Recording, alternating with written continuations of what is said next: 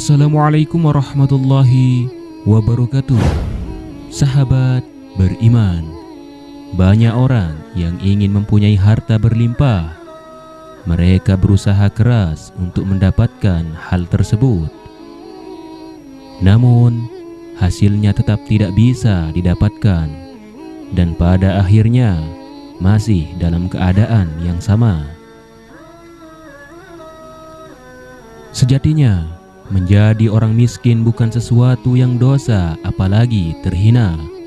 Tetapi biasanya orang dengan status miskin akan dipandang sebelah mata dalam kehidupan sosial. Akhirnya banyak orang melakukan upaya dan kerja keras agar status sosialnya berubah. Walaupun kadang perbuatannya melanggar norma dan aturan-aturan agama.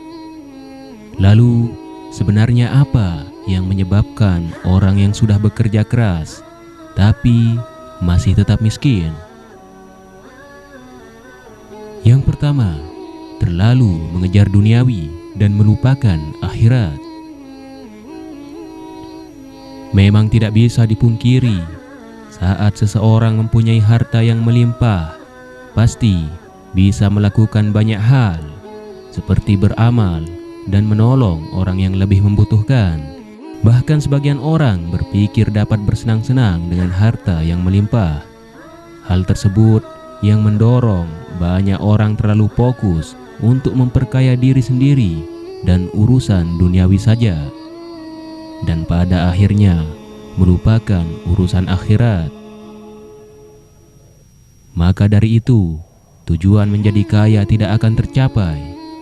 Sebagaimana dijelaskan dalam hadis Nabi, Rasulullah SAW bersabda, "Barang siapa ambisi terbesarnya adalah dunia, maka Allah akan cerai-beraikan urusannya.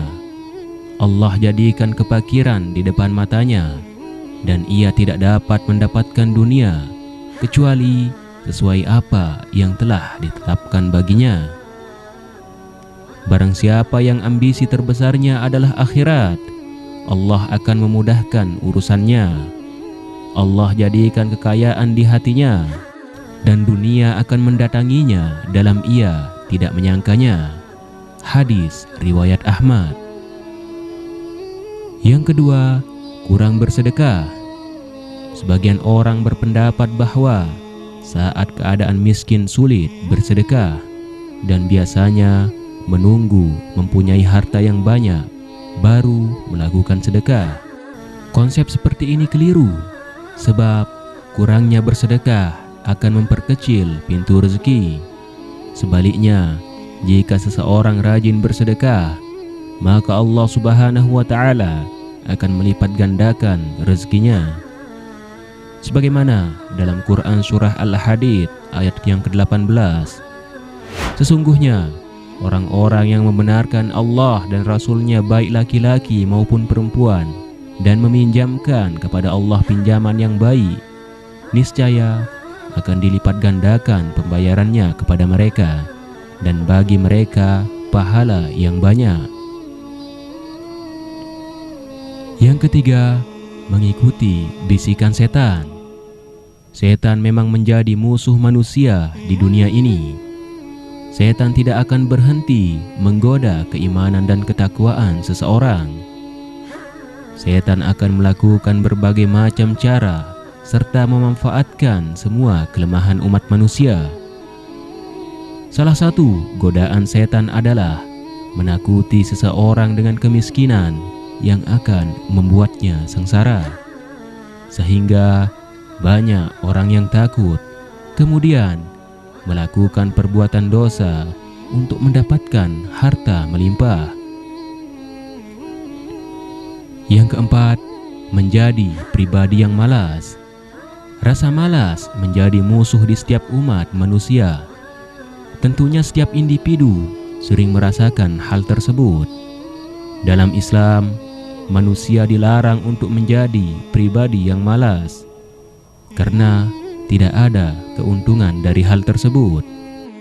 Dalam hadis riwayat Al-Baihaqi ditegaskan bahwa Rasulullah SAW bersabda, "Wahai para pembaca Al-Quran, yaitu ahli ibadah, angkatlah kepada kalian, baca, bekerjalah, sehingga teranglah jalan, lalu berlombalah dalam kebaikan, dan janganlah menjadi beban bagi kaum muslimin." Yang kelima, kurang beribadah. Tidak ada artinya mendapatkan harta yang melimpah, tetapi melewatkan ibadah atau menomorduakan ibadah. Dan hal ini akan membawa kehancuran untuk diri kita. Allah Subhanahu wa Ta'ala berfirman, "Wahai manusia, habiskan waktumu untuk beribadah kepadaku. Niscaya aku penuhi dadamu dengan kecukupan dan akan aku tutupi kefakiranmu.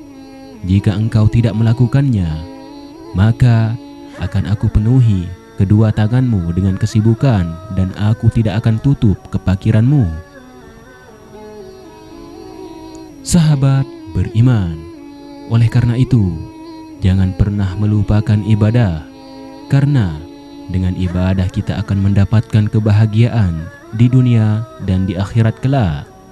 Semoga dengan informasi ini bermanfaat bagi kita semua, serta dapat menambah keimanan dan ketakwaan kita kepada Allah Subhanahu wa Ta'ala. Amin ya rabbal alamin. Wassalamualaikum warahmatullahi wabarakatuh.